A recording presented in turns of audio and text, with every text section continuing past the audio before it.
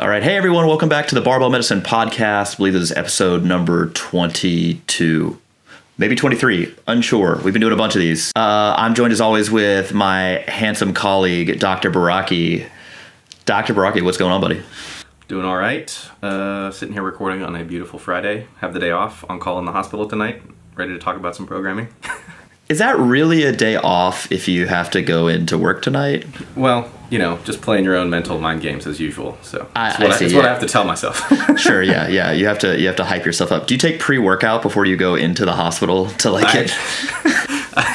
I make 2 or 3 coffees and take them all in with me, and then just kind of bolus them throughout the night to keep myself around that 3:30 in the morning time frame. It is hard to get through sometimes. Yeah. Brain fatigue. Real fatigue. Hey, that's a nice segue into what we're talking about today. So, everyone, this is part 1 of X. Yeah, I'm not sure yet, of the programming podcast series. Barbell Medicine presents the Programming Podcast with your hosts, Dr. Austin Baraki and Dr. Jordan Feigenbaum.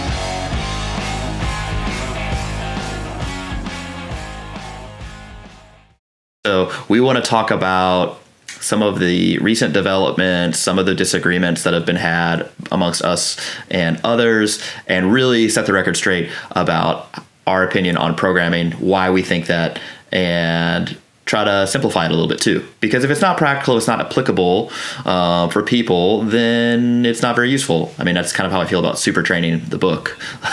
Yeah. So let's just hop into it. We're going to start out with some definitions and go from there. So first thing, let's talk about stress. Let's define stress. Baraki, you want to give us a brief overview, your definition of stress?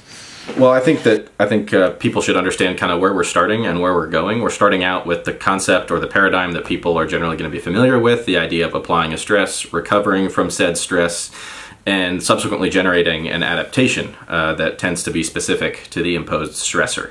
And so, you know, in the training world, in the programming world, there are tons of different options as to what type of stress to deliver, how to deliver that stress, and then subsequent variables that kind of modify the type of stress that your body is seeing. And these are all things that we will talk about and have been talked about at length previously. And so I think that we have described stress as kind of a phenomenon that results in you having a decreased level of performance. I think that's the way that you have put it most recently, and we actually tend to kind of subclassify stress a little bit into stressors that tend to be productive versus those that tend to be non-productive.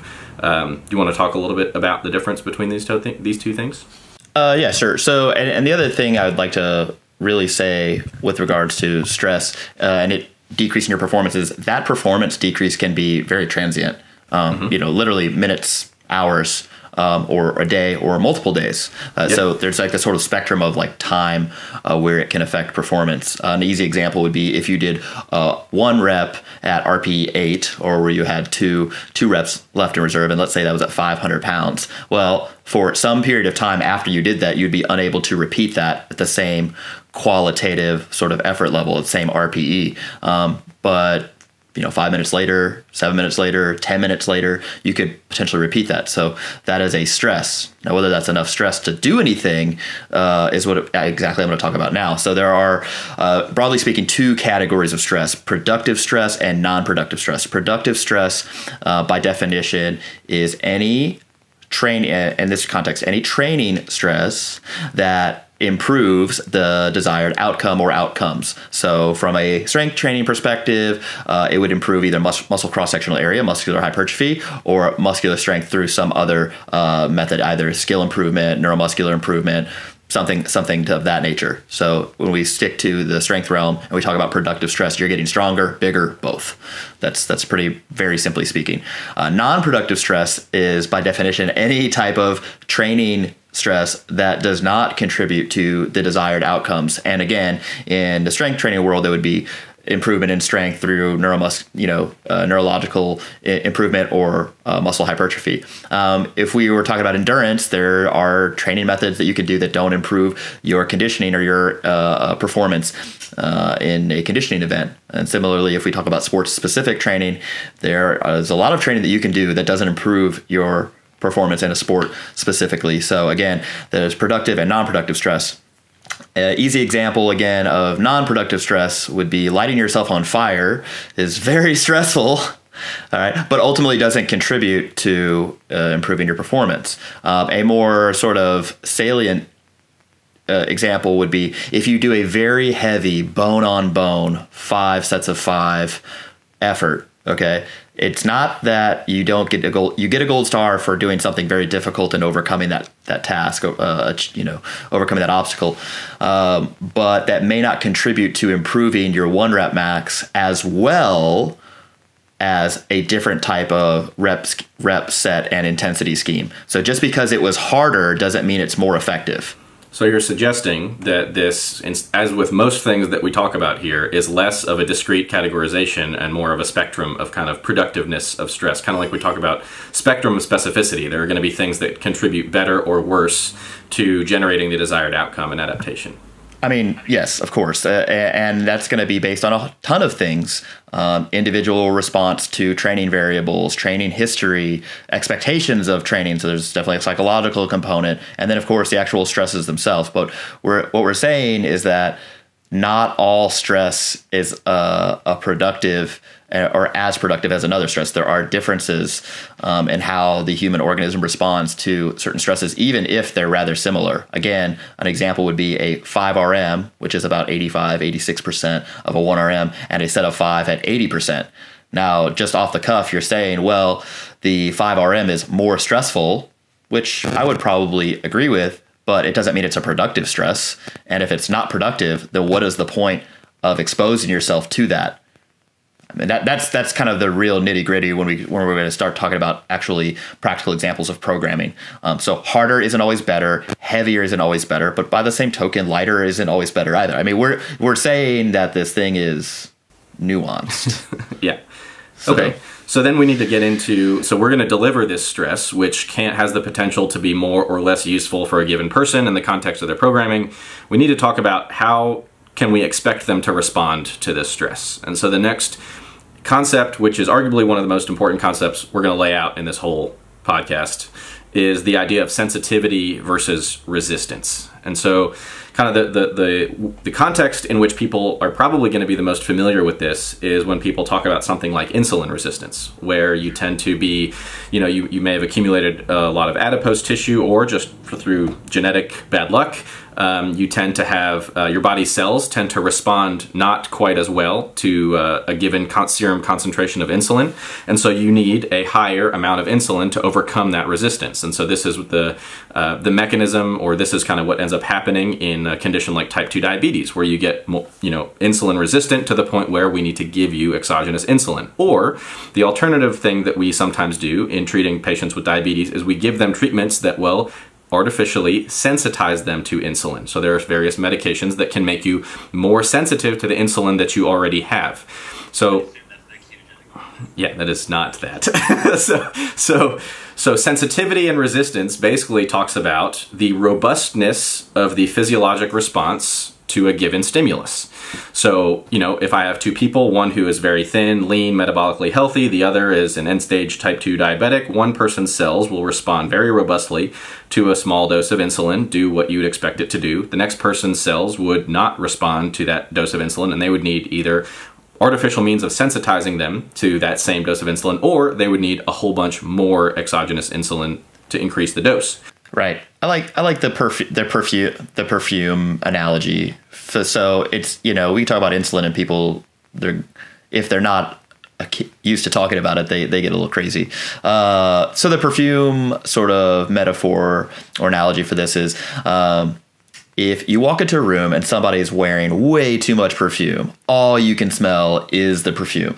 And you're very, very sensitive at that point to the perfume. because you haven't smelled it before. It's new.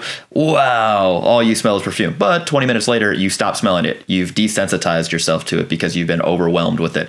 That's kind of like a very, that's like you developing insulin resistance in a very short period of time. So the only way, that's the only way that you can either smell the perfume again is either by adding more perfume to the deal. So taking exogenous insulin, or leaving the room, right, and to smell a different smell, which is some things that would resensitize yourself. Then you can re-enter the room and insulin, good. Yes. Okay. Perfume. So let's translate this to training. This works rather well to help explain the phenomena that we see under the bar. Yeah. So a given stress that is novel is very stressful. And just there are no units for measuring stress, but if you're seeing an exercise and a rep scheme and a set scheme for the first time, if it's new to you, it can be very stressful, meaning that it causes a more prolonged and more robust dip in performance.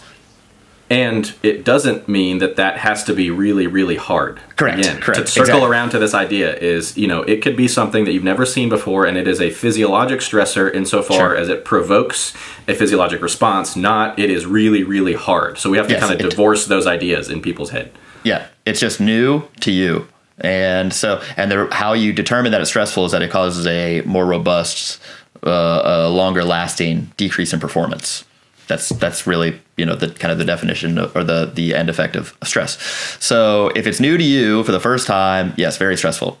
The next time you see that thing, it's less stressful. This is an example of the repeated bout effect. When you see something the second time, it's easier to recover from than the first time, regardless if the weight is heavier, for instance, when it comes to training. Why? Because the exercise isn't new anymore. The rep and set scheme isn't new anymore. Okay, just because the weight is heavier, well, your performance is also better.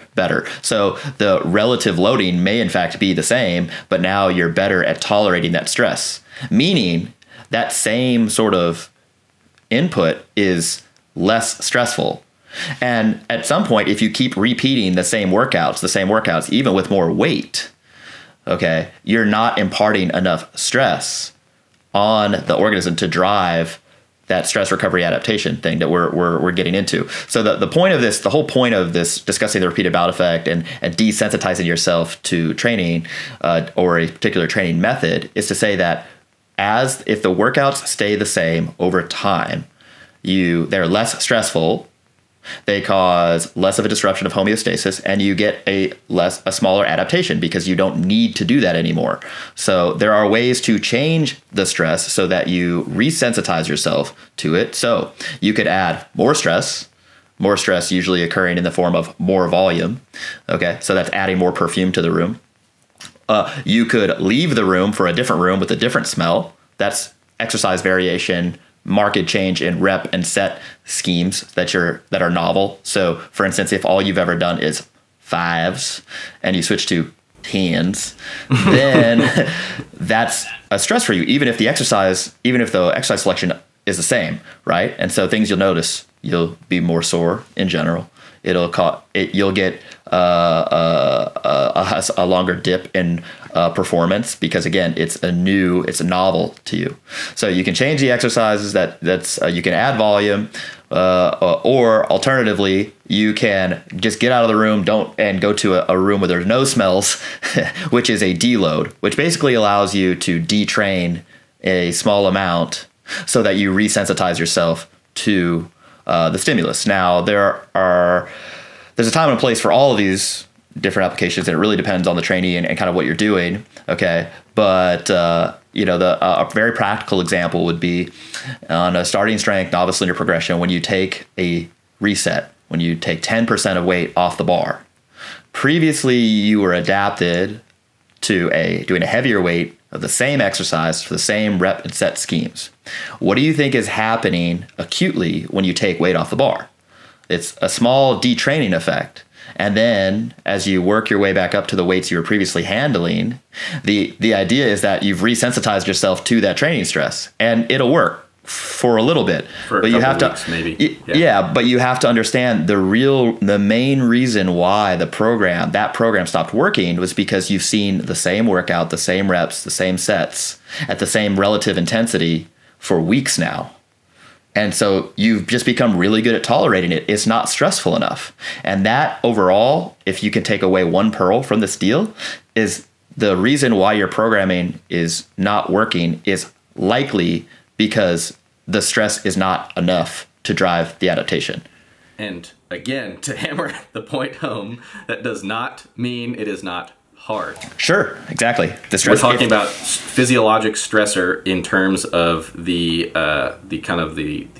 disruption of homeostasis and subsequent adaptation that we see at the level of all the different components of your neuromuscular system that go into producing force. So, you have the nervous system recruitment, neuromuscular recruitment, motor unit stuff, muscle cross-sectional area, contractile machinery, all that kind of stuff is involved in producing force. And so those are the things that are responding to the stressor. It does not mean, we're not talking about whether or not it's hard. Stress as perceived by the organism in terms of a physiologic sense is what we're talking about. Yeah, again, this is the sort of fire thing. Like, if I light you on fire, it's very difficult, but it's probably not going to make you stronger. Yeah. Okay, so I think we've covered kind of some important concepts in stress. We could talk about stress probably for hours longer, and actually I probably will end up talking about it longer at our seminar next weekend. Yeah, so this seems like a good time for us to take a little break, talk about some upcoming events. We'll come back with the next segment where we talk about recovery and adaptation. All right, thanks again for checking out the Barbell Medicine podcast. We couldn't do this without you guys. We do have seminars coming up this year. First off, in July, we'll be in Brooklyn, New York for a full Barbell Medicine seminar. We'll also be in Seattle, Washington in September. For those of you who are just looking to improve your lifts or want some one-on-one coaching, check us out. We'll be in Santa Cruz for a one-day training camp. We're going to cover the squat, the bench press, the deadlift, and the press, along with the Q&A afterwards. So head over to the barbellmedicine.com website and register today.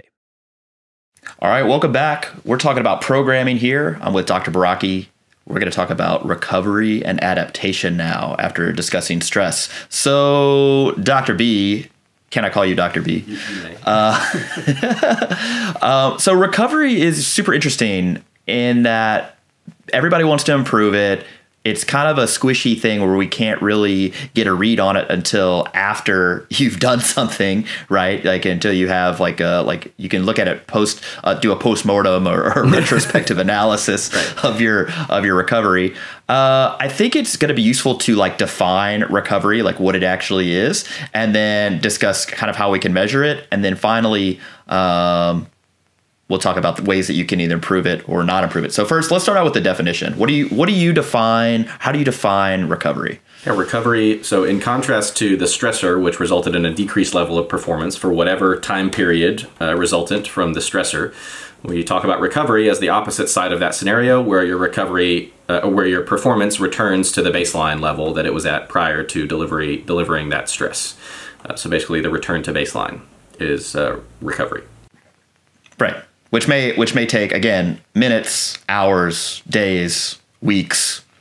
It just really depends on the nature of the stress and the actual performance that you're measuring. So if it's in weightlifting, if it's lifting a weight, then usually we measure this stuff in days or weeks, just in general. Although if you have repeated sets, so sets across, then your stress, you can have an intra-workout stress that you recover from and, can subsequently reperform the thing. Yeah, so I think it's important to recognize that the stresses, as we mentioned earlier, are kind of dynamic insofar as their effect on the organism can have an effect for variable length of time, and that's also impacted by the extent to which the repeated bout effect has taken place. In other words, how sensitive are they to that given stressor? In addition, you're constantly, in the same way that the organism is constantly responding to the stressor that they receive, they're also dynamically kind of constantly in a state of recovery as well. It's kind of a back and forth all the time. And so, we try to discuss these things sometimes giving kind of discrete time periods for things, but that's not really how the body works. It's constantly responding to the composite of stressors that it's receiving as well as recovering for them. It doesn't really see a calendar when it's dealing with these things. Right. So in the same way that calories don't have a clock, your body just kind of is like always both building and breaking down tissues and assimilating things and responding to the net stimulus over like weeks and weeks and weeks.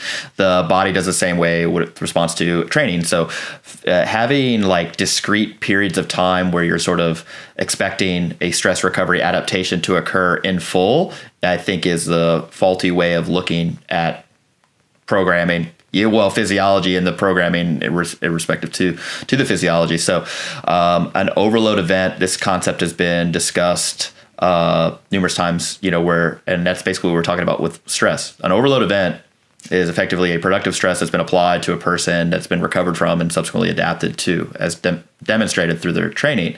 But there is no discrete overload event that you can potentially measure or put on a calendar. Like, oh, if you're a quote unquote novice, then your overload event is one day and you subsequently adapt 48 hours later, because every training session that you're accumulating stress. There is some stress that has accumulated that has not been completely recovered and adapted to. And it's just a sort of rolling ball of stress recovery, adaptation, stress recovery, adaptation. And so you never completely realize the totality of all the stress and recovery in one single adaptation until much, much later on. And in fact, you would say that the last few sessions of a novice successful novice progression is effectively the summation of accumulated training stress. Correct. It's a delayed training effect. And so it's important to realize that as a novice, the stress does accumulate. It adds up. You're not completely dissipating it. Within that same breath, I will say that the decay of certain physical adaptations is faster for a novice than a more well-trained person who's been lifting for a longer period of time. And what I mean by that is if you stop training, right, it's not that you're going to have this marked, meteoric rise to strength stardom because you have all this accumulated stress. You just haven't been training long enough to have enough accumulated stress to peak, right? And further, because you don't have that, instead of going up, your strength decays. It goes down, which is kind of which wouldn't necessarily happen with a person who's been training longer, who has a bigger base of stress that they've built up. They could actually train much, much less for a period of time, a week or so, and actually see an improvement. Whereas if a novice did that, they would actually their performance would go down in general. Okay, so we've defined recovery. We kind of talked about how these discrete events of like stress, recovery, adaptation probably not really occurring based on physiology. How do we measure recovery though, other than like this objective performance? So you were saying that, if you define recovery as the return to baseline performance, then you're saying, well, you got to test that every day. Are there any other metrics that you could use? There are some out there, and I think before we mention that, we should probably also discuss the concept of fatigue as it plays into this. And so fatigue is kind of this summation of the summation of the stressors that you're dealing with at a given time, and it has kind of objective and subjective components. And so, there's a whole lot of discussion about fatigue and peripheral fatigue and central fatigue and muscle fatigue and CNS and all this other kind of stuff that gets kind of compartmentalized. But again, that's kind of a simplistic view of the neurobiological organism that we are. Stuff is more complex than that. And so fatigue, in the most compelling kind of definition or explanation that I've seen so far, basically breaks it down into two components. One is called performance fatigability, which refers to that decrement in performance that you see. And so you can attribute that decrement in performance to performance fatigability after you received a given stressor. But there's another whole component to it, and that is perceived fatigability. That is this perception that is a more subjective marker, but it results from various components involved in the psychological state and kind of where your homeostasis is. So, how awake, aroused are you for a given training session? Yes, very. Yes. Yerkes Dodson law, bro. So, your mood state, your motivation, things like that people all are well aware of when they go into the gym for a given training session. They might go in with low expectations. They might be complaining that they feel beat up or tired or sore or whatever, things like that. Those are all perceptions related to recovery. But as we also know, those aren't always a perfect predictor of performance. And so sometimes you'll still have a good performance under the bar, and that has to do with the performance fatigability side of the equation. So there are these two components. And so that kind of comes into play when we talk about measuring things like recovery sometimes. So one metric that gets thrown around a lot or is discussed, it seems scientific, it's a compelling kind of idea, is that of heart rate variability. And so kind of the physiologic theory underlying that is that your heart rate variability basically refers to the time between heartbeats, basically, assuming that you have a normal sinus rhythm beating heart and you're not in atrial fibrillation, right? So the variability in time between heartbeats and so that is thought to, yeah, go ahead. Yeah. So, well, the heart rate variability thing, yeah, we're talking about it. So I think just as a baseline, people have to understand that you have both parasympathetic and sympathetic inputs to your heart rate. So parasympathetic is the rest and digest, that's slowing down the heart rate provided by the vagus nerve onto the heart.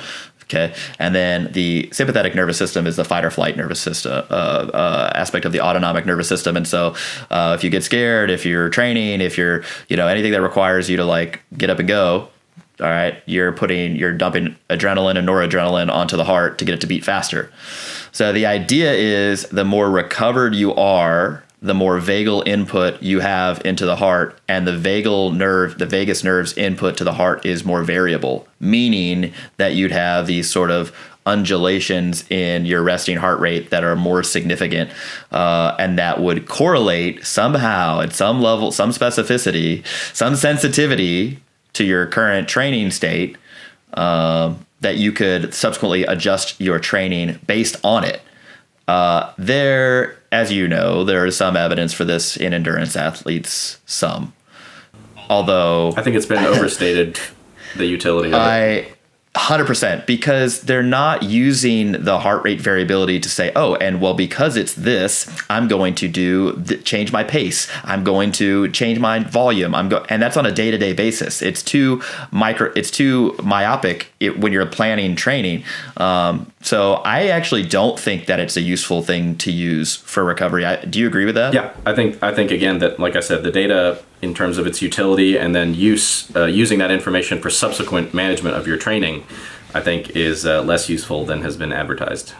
Yeah, it's certainly not evidence-based. So there's that. And then second to that is, imagine, let's say, theoretically, you're a big wearable tech fan, you gotta be cool, and you have a thing that says, oh, your recovery is only at 60%, or your heart rate variability says you're at 60% recovery. How do you think that's going to impact your training session?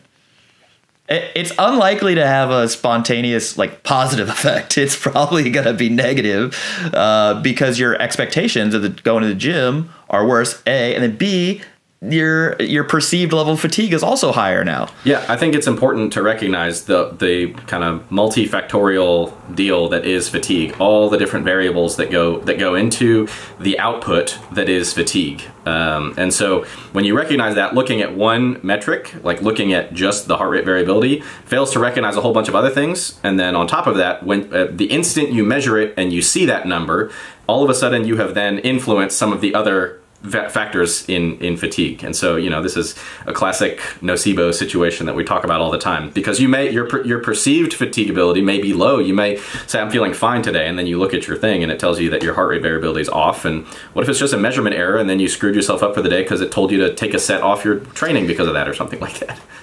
Yeah. So the takeaway from this, so I personally do not recommend any of that wearable tech. And I think that athletes who use that are actually doing themselves a disservice, because it's not sensitive or specific enough to actually guide your management on that sort of micro level, that day-to-day level. And the only thing it could potentially do is hurt you.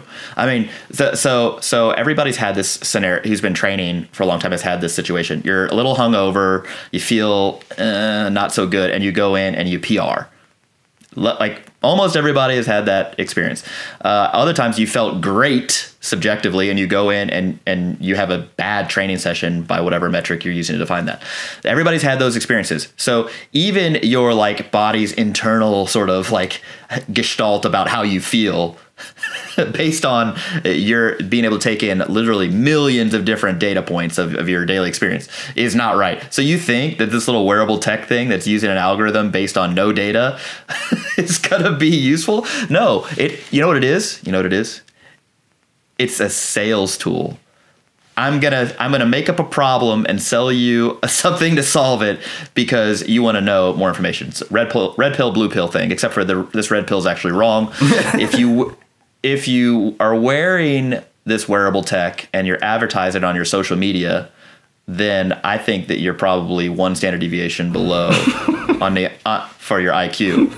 All right, you're training IQ. Let's move on. Well, it is like, well, I don't know. Maybe it's just I deal with it more with potential clients or people sliding in my DMs or say, oh, my whoop score is a 60. What do I do? And I'm like, just take your whoop off, lay it on the ground, call a friend over with a large truck, run it over, right, and then go train, and then light it on fire. Yeah. Okay. And then go train.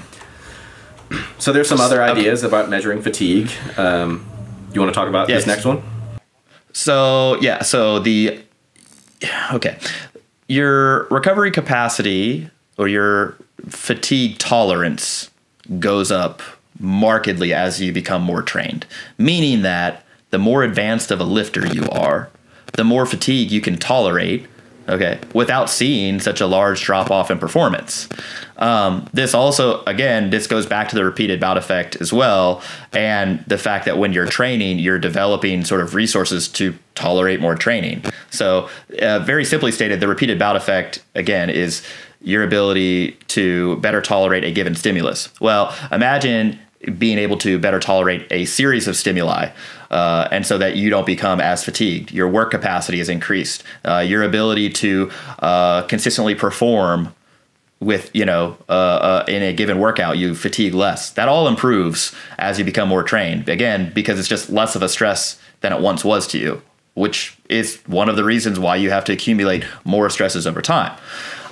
This can change when the training input changes. So if you start training less, if your training volume goes down, if you do anything that decreases the stress that you're applying to yourself, you now become more fatigable, your tolerance goes down, but you may in fact perform better for a short period of time.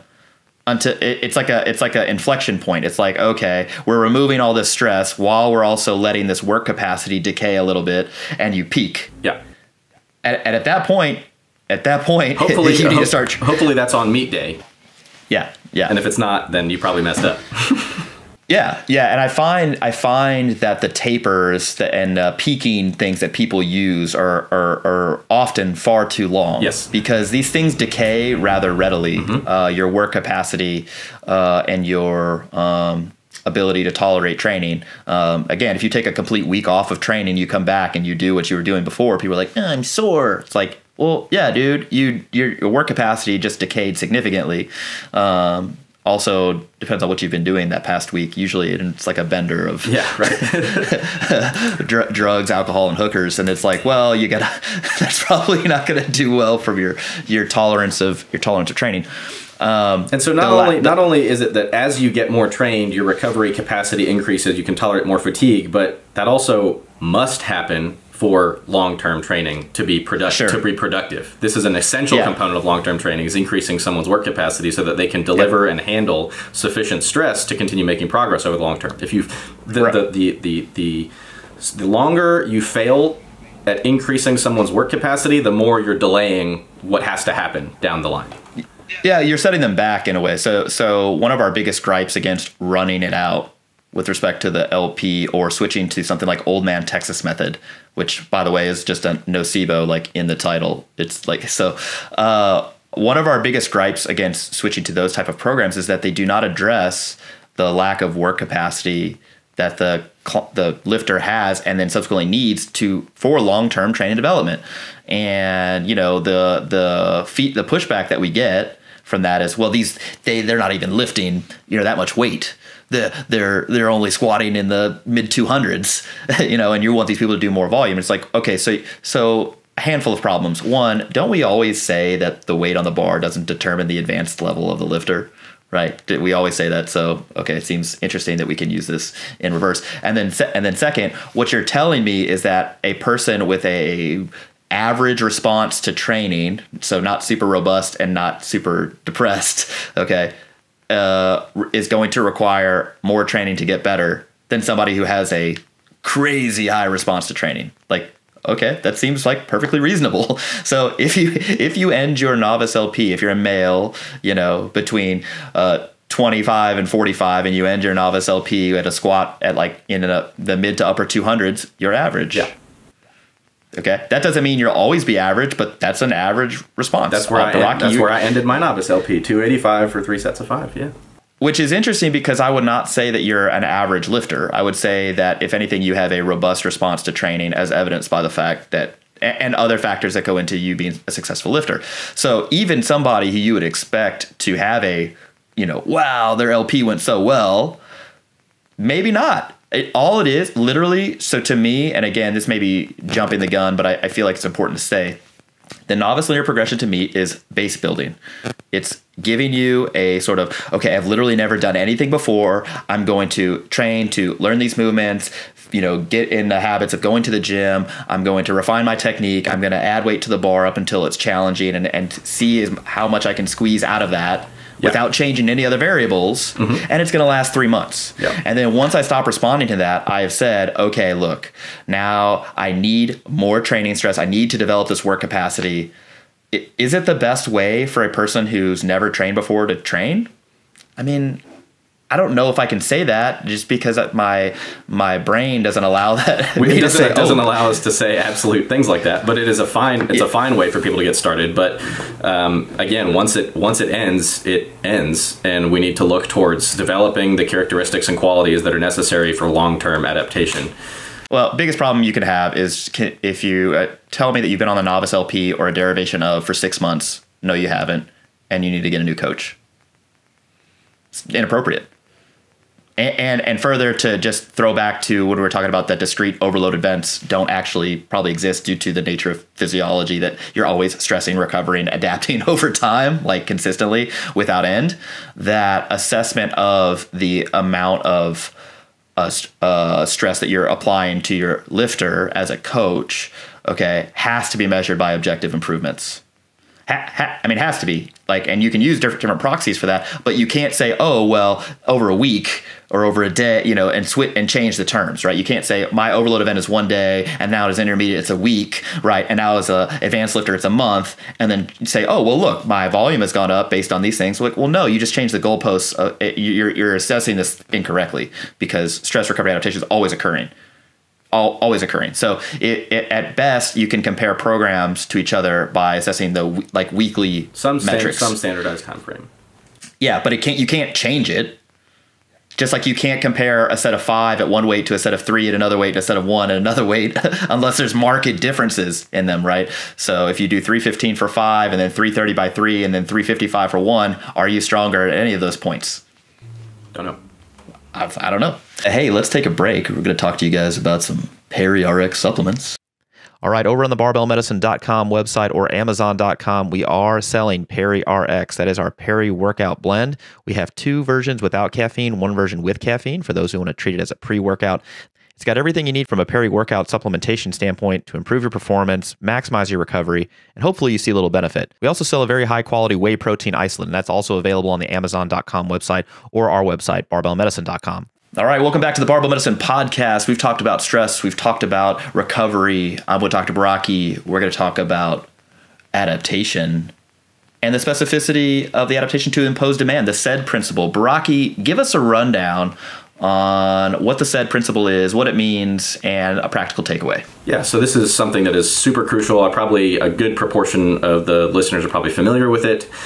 The adaptation that we're talking about is basically whatever physical outcome or whatever outcome that you're kind of tracking in this training process, whether it be some endurance related outcome or strength related outcome, hypertrophy related outcome, whatever outcome you're looking at. For our purposes, of course, we like to talk about strength, so we'll talk about that. And so the SAID principle basically is a way of saying that your body will adapt in a way that is specific to the stressor that was applied to it. Meaning, if you apply a quote-unquote strength stimulus, you will develop strength. They talk about this a lot where, if you go, sun tanning and you lie on your belly, you don't get tan on your belly, you get tan on your back. I think that's like the usual one that they describe, but it's basically your body responds kind of in a commensurate fashion to the stressor that was applied to it, not in some random other way, not in a less specific way. You don't develop divergent physical characteristics from a given training stressor. Yeah, I think that's actually perfect. The measurement of those specific sort of training outcomes, adaptations, is of importance not only to the lifter, right, because why are you training, but also as a coach for managing training. So what you would like to do is have a certain metric, measurement of how those things are improving. And you would hope that they're sensitive and specific enough to inform your coaching. Basically, what I mean is you wouldn't want to measure something that doesn't actually tell you what you're trying to find out. So it's been put out there that doing, as long as your heavy set of 5 is going up on a week-to-week basis, that is sensitive and specific enough to tell you if you're stronger. And I disagree with that. And I actually think that the people who came up with that would disagree with just that soundbite as well. My take on it is, if you squat 330 for a set of 5 on 1 week, and then 335 for a set of 5 on the next week, but it's way harder on the second week, I don't know if you're actually stronger. You need to have some sort of qualitative assessment in there to tell you, are these efforts equal or significantly different? Because if you did 330 on the first week for a set of 5 and you had 3 reps left in the tank, and you did 335 for 5 on the second week, and it was a 10 out of 10 bone-on-bone grinder, well, not only did you actually not get stronger, okay, you may have gotten weaker, and that stress may not have been appropriate to drive the desired adaptation. So you would want to know all of the things as a coach to subsequently affect your management. Now, I'm not saying that there's anything wrong with picking numbers for your lifters, saying, hey, you should probably go squat or bench or press this number, this weight, but you also should have some sort of qualitative metric. Like, and here's how hard it should be for the desired training stress.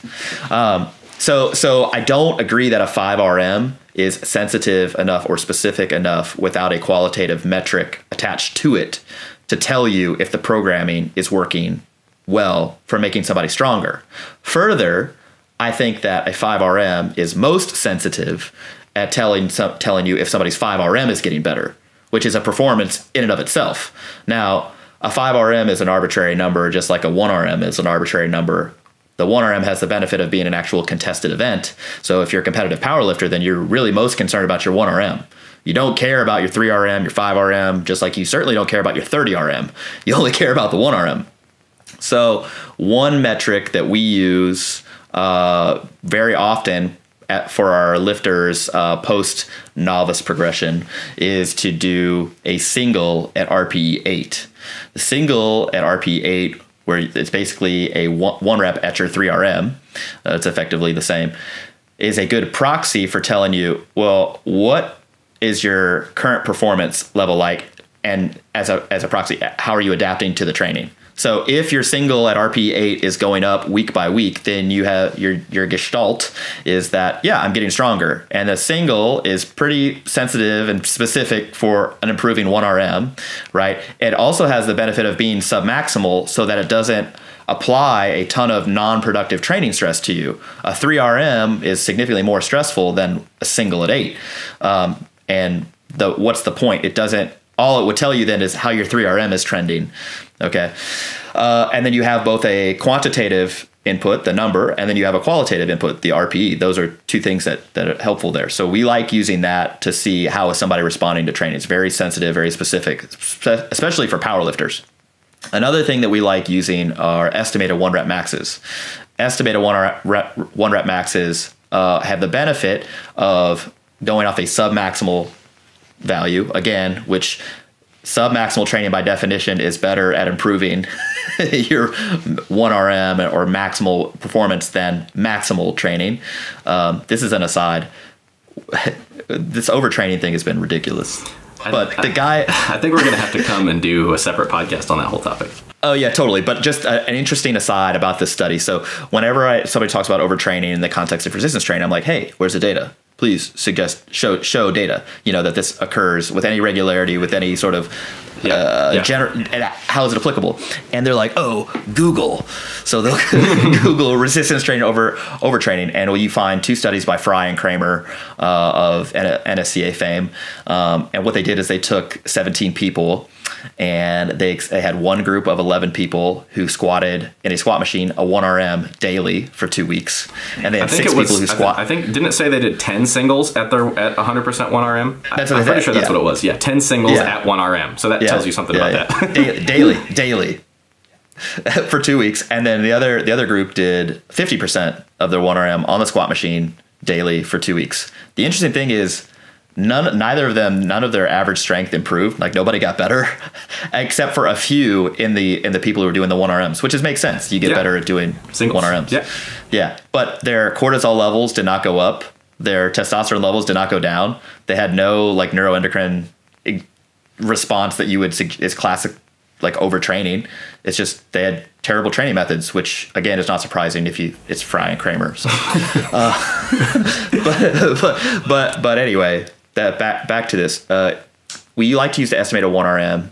That study kind of just shows you that training maximally all the time doesn't necessarily improve your 1RM reliably. But yes, training submaximally in that 70-80% range is kind of our jam. And so you can use a rep and RPE assignment. So 5 reps at RPE 8, for instance, or 6 reps at RPE 8, 6 reps at RPE 9, and use the weight you did by the reps you did at the RPE to give you an estimated 1RM. And you can track those across a bunch of different exercises, okay? And you can see, is my estimated 1RM going up, staying the same, or going down? Now, is this as sensitive and as specific as a single at RPE 8 on the competition lifts, the squat, the bench, the deadlift, or the press if you're doing a strength lifting meet? No, I'm not arguing that it is. However, I think that it gets you pretty close, and I think it's more sensitive and more specific than a rep max in the context of productive training. Because a rep max is a test. It's a test. And if it's not, and so just adding 5 pounds doesn't necessarily, and you're able to complete it, doesn't necessarily tell me if you're stronger, unless it's happened over a really long period of time and the difference is so big. So if you've just added 5 pounds and you went from 100 to 300, okay, you're stronger. That should be uncontroversial. Yes, exactly. So if it's happened over a long period of time significantly and the difference is great, then sure, you can use that. But otherwise, I don't know. If at week 1 you were able to squat 560 for a set of 4, and then at week 12 you squatted 628 for a single, I actually don't know if you're stronger. There are 2 different rep schemes, so you change the goalposts, right? And there's no qualitative input there. So 560 by 4 at RP 9 or RP 10 works out to about a 628 single. So what did you do in the intervening 12 weeks? Okay. I think that I covered the sensitivity, specificity, and what we use. You could also use bar speed. I mean, there are other metrics to use besides RPE and you could use bar speed. You could use a force plate. You could use some other reps in reserve, which is kind of a proxy of RPE, kissing cousin, if you will. You could also, what else could you use, Brocky? I think those are I think the other one that I tend to think about, as you said, is bar speed. People like using these devices, which have pros and cons for sure. You could use the Baraki eye scale. The degree of proptosis during the lifetime. The BES. Yeah, so there's it depends on what did you rate that? Yeah. Well, all right. So we've talked about kind of the basic components that we use to train people. Before we break the end of part 1 here, let's give people kind of a practical understanding of this as to how it plays out. And the situation people are going to be most familiar with in this stuff is just a simple novice progression. So we talked about when we apply a stress, There's productive, non-productive stress, and that results in a degree of fatigue, requires you to recover from. People have varying degrees of sensitivity to a given stressor, and that sensitivity also varies in the context of the repeated bout effect. And then you adapt in a specific manner, and we need to be able to track that adaptation in some way that's sensitive and specific. So what do you think is a good way to explain this to people in a practical way? Sure. So you have, let's just take two roads diverging into the woods, and we'll pick pick your fighter. Yeah, sure. Right. Yeah. So, okay. So we'll have a novice LP. That'll be our baseline training template. And we'll have two different people, widely different in their level of training sensitivity and their adaptability, their level, the rate at which they'll adapt to stress, the amount that they'll respond. One is going to be an old vegan female, and another is going to be a young male in the throes of puberty gaining weight, right? So the young male who's gaining weight in the throes of puberty on the novice progression is more sensitive to the training than the old vegan female, meaning that for every dose of stress, the 3 sets of 5, for instance, he will get a larger improvement in his strength, in his muscle cross-sectional area, in his ability to tolerate that stress. So not only does his adaptation to, like, as far as objectively like strength and size go, improve more, but his adaptability to that is an ability to recover from it has also improved to a greater degree. Okay. That being said, since he is so sensitive, after weeks and weeks and weeks go by, he may still be able to run the novice LP for a longer period of time because he is so sensitive.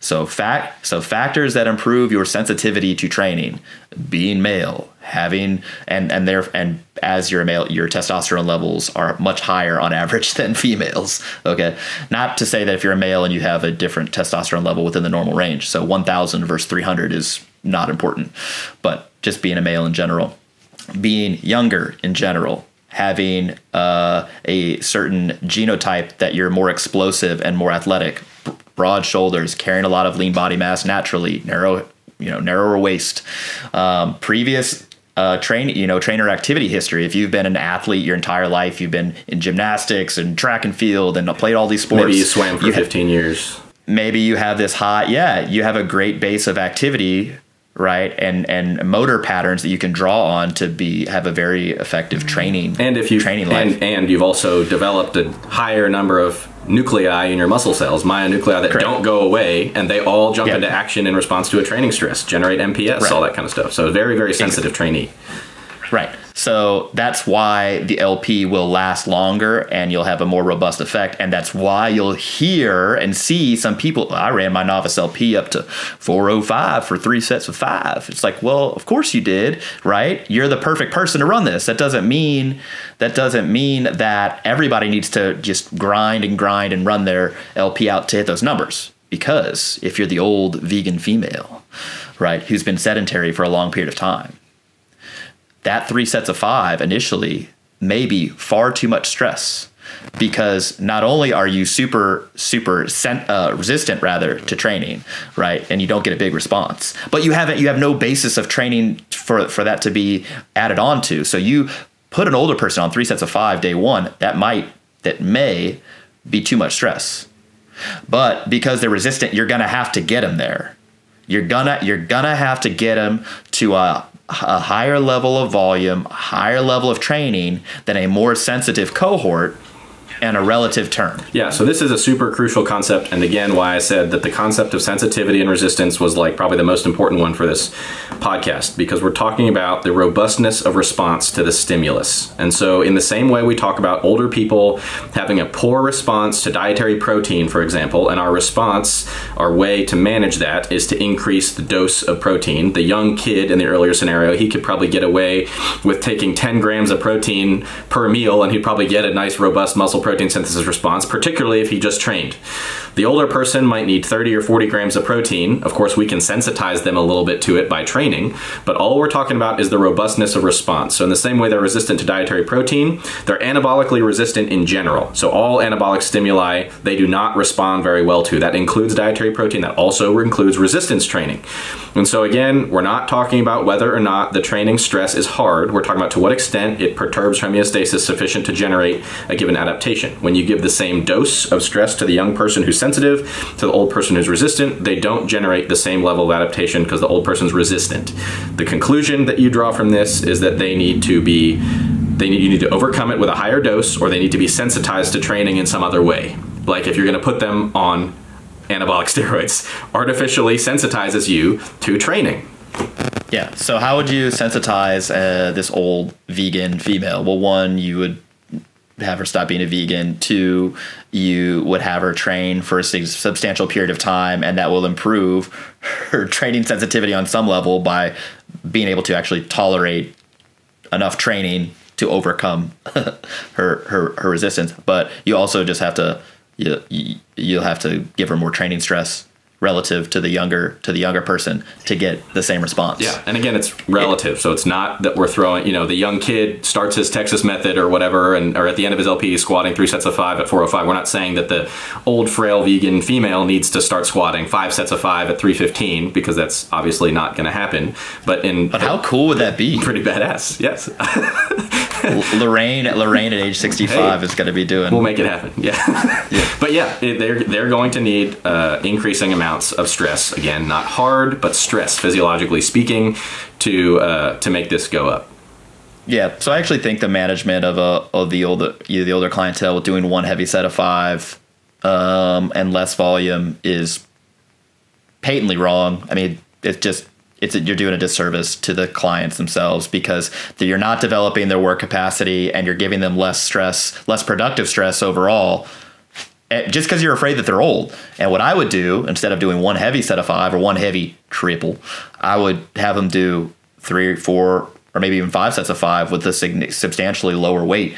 My feeling on this is that if I think that 70 to 83% is kind of like the money range for intensity for training the lifts and in volume, that I think that probably shifts 5% lower for older people, and that you could get 65 to 77% is really your sort of money range, or maybe even lower. I mean, it really is going to depend, but that's the way I feel. And instead of having people just do one set and that's it, I would have them do multiple sets at a lower weight, because that's going to add on the productive stress, and they're going to get that response from it. So what I hear people thinking right now on the other end of these speakers is that when you do that, they're going to detrain. Yeah, because it's not heavy. So what do you say? Well, I think that you have to define which physical characteristic that you're talking about detraining. If you're thinking it's their work capacity, well, precisely the opposite is happening. We're giving them more training that they have to deal with, so that improves their work capacity, contrast to lower volume, which actually does detrain their work capacity. If you're talking about strength, and if we will agree that strength is the production of force against an external resistance, how are we detraining their ability to produce force by requiring them to produce force in a relatively useful intensity range? That doesn't make any sense under somewhat fatigued states, because they're doing multiple sets. So instead of doing one heavy set of 5 that is near maximal, we're taking a submaximal approach and doing it many times. So as the fatigue accumulates and the stress accumulates, that's what drives the adaptation. Further, we're developing their ability to tolerate enough training to save their life. Yeah. Like literally every medical pathology that can be addressed through resistance training has a volume threshold. I mean, that was when we were doing this up-to-date thing, that was the overwhelmingly apparent thing to me. It's more training is better. Yeah. So yes, does resistance training help high blood pressure? Yes, but there's a volume threshold that you must overcome to get it to a dose response. Correct. Yes. Does obesity respond well to resistance training? Yes, but there's a volume related sort of thing. Does diabetes respond to resistance training? Sure, but there's a volume threshold and a dose related response. So it would bend the laws of physiology that training less, even though it's harder, in a training a resistance training resistant population in an anabolically resistant person, giving them a lower dose would give you a better response. It would, just like lower protein doesn't work. So we're not saying, I mean, look, doing more volume certainly isn't easy, but it's just a different type of hard. Getting up for one heavy set of 5 and agonizing about adding 5 pounds every week can also be difficult. And again, I've said this recently, that humans are not robots and humans are not calculators, and so there's this training whole, is just math. There's there's this whole huge psychosocial component, neurobiological component to training, and so when you expect people to function like robots under the bar, people end up breaking, and kind of that's what we have to deal with when people get burned out on some of these programs, where they're they have the expectation that the only way for them to continue getting stronger is to train as little as possible for as long as possible and as heavy as possible all the time. Right. That paradigm is just patently wrong, not evidence based, and even an anecdotal evidence. So so I think the detraining argument, there's no basis for that argument. It's just a soundbite that, when taken at its face value, makes no sense. So I think this is going to be a good introduction. Yes, but one question that I think I have from the peoples of the internets, we talked about recovery, and we didn't even address how do you improve recovery.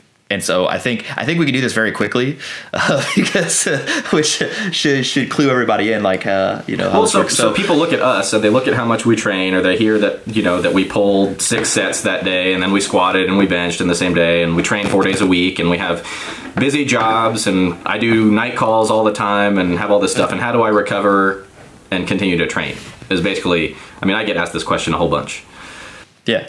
What shoes are those? No, well, you're able to deal with the level of training you're training at now because you've built up to it over time, and as your work capacity improves, your ability to tolerate training improves. Yes, literally, that's a very important thing for long-term training development. Second, you didn't, your load selection is such that it allows you to train with a high amount of volume, which is one of our main reasons for not doing super high intensity work, is because it doesn't allow you to accumulate the volume you need for the training stress. I don't think I've been in a position where I hit a true, as you say, 10 out of 10 bone on bone grinder, or failed. I haven't failed a rep in training in probably 3+ years or something like that, because of just load selection being an important thing. Smart. He's wicked smart, this guy. But the things people are going to ask, well, how do I improve my recovery? Will foam rolling do it? No, foam rolling won't do it. Foam rolling has no mechanism by way it can work. You don't apply enough pressure to release any adhesions, A, and then B, adhesions don't exist. And then C, and then C, you're suggesting that it improves blood flow to the level of the muscle, which it actually doesn't. It improves blood flow to the level of the skin, which is actually what massage does as well. It diverts blood flow away from the muscle. So here's what I would say about these basically any recovery modality. You think about the mechanisms of fatigue that I described. There's the 2 components. Sure. There's the perceived fatigability, which has to do with your psychosocial state primarily, sure. And then there's performance fatigability, and that's all the stuff that people tend to obsess over, like their blood flow to their muscles and their contractile machinery, their CNS and neurotransmitters and all that kind of stuff. And all these recovery modalities, these passive modalities that you're describing, things like foam rolling and massage and stuff like that, they do nothing for performance fatigability. To the extent that someone says they are working on the perceived fatigability side of the equation, the side where, as we say, it makes you feel good. But the problem with these things is when people sell them under the kind of complex, sciencey sounding performance fatigability side of the equation, which is all false. If they all just said, come get a massage because it makes you feel good, then yeah, that's cool. We don't have a problem with saying that. But when they say things like, we're going to use our hands to release your adhesions and regenerate your acetylcholine at the level of the neuromuscular junction, then we got a problem. I'm sure they're taking some medication for that. I guess just the real thing is, even if you're using this under the perceived fatigability sort of guise, I still don't like it, because you're relying on things that aren't actually doing anything to improve your performance. So what if you're in a situation where you don't have access to them? Well, now you start developing anxiety. You may nocebo yourself. So look, I want to like run down these things. So 1, foam rolling. No, it's not going to improve your recovery. 2, massage, not going to work. Hyperbaric oxygen chamber, not going to work. Voodoo bands, not going to work. E-stim, not going to work. Okay? Ice baths, not going to work. Like this stuff, the data is overwhelmingly clear when you look at these meta-analyses and reviews on actual performance, right? There are studies that don't measure performance, right? Objective performance that say they work. Yeah. Yeah, exactly. That say that they work, and somebody links that in their bio and Instagram to show that they have access to the internet. Like that's not what we're talking about. So if you want to improve your recovery, there are 3 things that you can do. Thing number 1, you can train more with appropriate training methods. 2, you can sleep more to get the optimal amount of sleep for you, which is probably in that 7-8 hour range, and make sure that your sleep habits are good. You don't have sleep apnea. Thing 3, you can take a ton of drugs. You could just take all the drugs, even ones that you think that wouldn't work. So it takes a little lisinopril, a little dash of that might help some angiogenesis. But yeah, no, if somebody's taking a lot of drugs, yes, the recovery level is going to improve, and you also make it more sensitive to training. So probably not really works. That probably not really applicable for most of our listenership, but hey, train more, sleep more, eat sufficient amount of food for your goals, whether that be weight gain, weight loss, whatever the situation is. Yes, plus or minus drugs. Yeah, depending on your personal beliefs and moral situation. Right. Okay, so it's a good place to stop our introduction. We're gonna chew on this for a while. We'll come back at you with parts 2 and 3 of the programming podcast. Austin, any other things you want to say? Only things would be to check out the website for upcoming events. We just announced a whole bunch of new seminars, as Jordan mentioned earlier in the podcast. And also, I think it's always helpful to plug the old iTunes reviews and things like that. Help us out with that stuff. Yeah. We'd appreciate it if you found this stuff helpful. Yeah, help us out. Look, I don't use the Peach Gang hashtag. We need your help. Please help. Please help. All right. From all of us here at Barbell Medicine, thanks for watching. We'll catch you guys next time.